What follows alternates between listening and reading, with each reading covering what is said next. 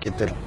Parce que ce n'était pas obligé que tous les scolaires rejoignent le rond-point de la concertation, la place de la concertation. C'était celui qui pouvait venir.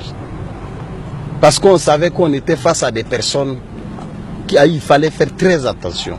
Il a eu un tir tendu d'un gaz lacrymogène sur la nuque.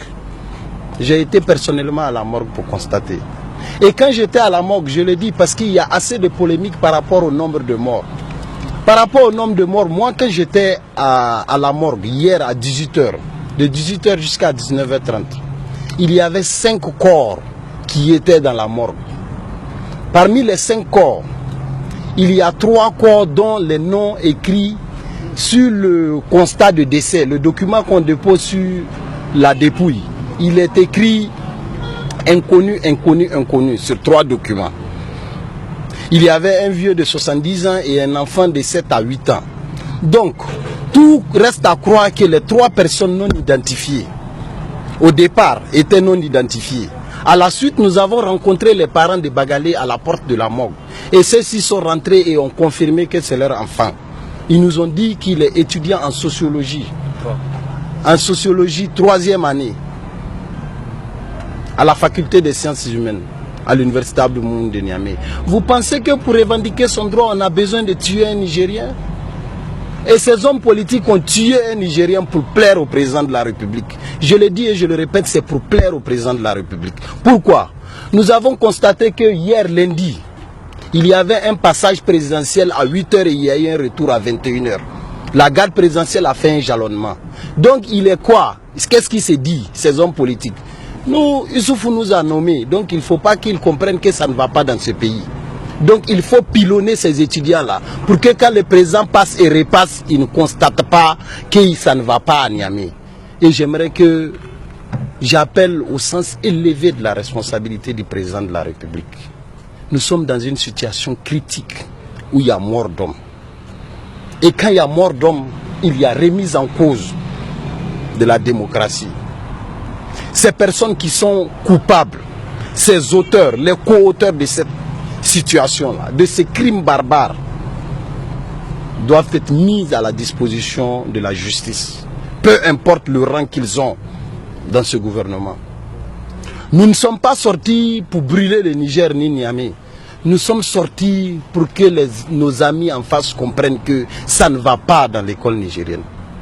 Et par malchance, on n'est même pas sortis pour dire ça. Nous étions dans nos écoles, nous étions dans nos universités. Nos camarades filles ont failli être violées. Des motos ont été volées. Aujourd'hui, l'infirmerie de l'université Abdou Moumouni, présentement où le point de presse se tient, vous ne pouvez même pas faire 1 minute dans la salle. Tellement le gaz lacrymogène est énorme. Je pense que quand on pense qu'on est gouvernant et qu'on veut envoyer un pays de l'avant, le minimum, c'est d'avoir pitié d'abord de son peuple. Peu importe son appartenance, peu importe son groupe ethnique, peu importe sa provenance. Avoir pitié de ce peuple, c'est quoi? C'est l'écouter. Et nous sommes face à des dirigeants qui n'écoutent pas. Nous sommes face à des dirigeants qui ont dans leur tête que le monopole de la force publique leur donne droit à tout faire, jusqu'à apporter atteinte à l'intégrité physique des Nigériens, jusqu'à tuer. Ce crime ne restera pas impuni. Ça au prix de n'importe quel sacrifice. Ce camarade tué, certaines personnes ou ces personnes responsables, que ce soit le ministre de l'Intérieur qui a donné l'ordre, que ce soit le DG de la police, que ce soit le gouverneur, que ce soit l'élément qui a le policier qui a tiré le tir tendu, ou le gendarme ou la garde nationale qui a eu à faire ça, l'élément de la garde nationale qui a eu à faire ça, il va répondre et il nous dira l'ordre vient de qui. La situation à l'intérieur du pays aujourd'hui, présentement mardi, vous savez, nous avons donné un mot d'ordre de 72 heures. Et quand vous avez en face des personnes qui pensent qu'ils ont la force, il faut être stratégique. Et c'est dans cette stratégie de combat que nous avons donné 72 heures. Dans les 72 heures, nous avons 8 régions. Dans les 8 régions, Niamey avait pour mission de faire un meeting à la place de la concertation hier. un meeting pacifique, le mot d'ordre le dit.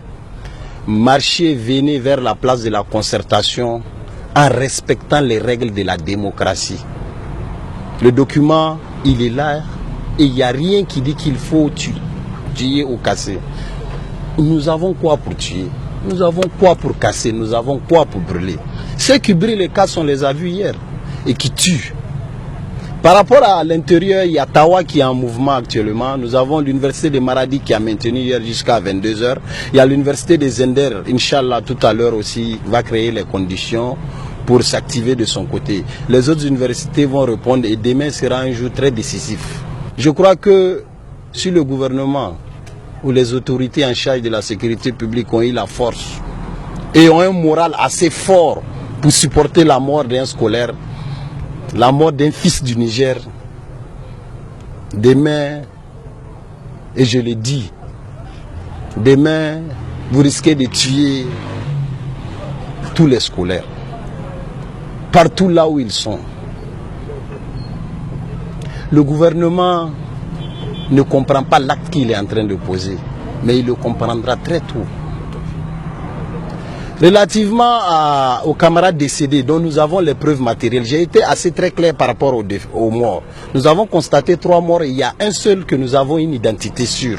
Il y a un autre qui a été enterré aujourd'hui à 8 h, du nom de Mouss Niamien, dont le père nous dit qu'il a eu un accident de moto.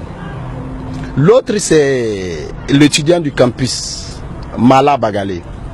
Par rapport à ces étudiants-là, et le troisième, nous n'avons pas son identité. Et je tiens à informer l'opinion nationale et internationale. Il y a une situation très grave aussi qui est en cours.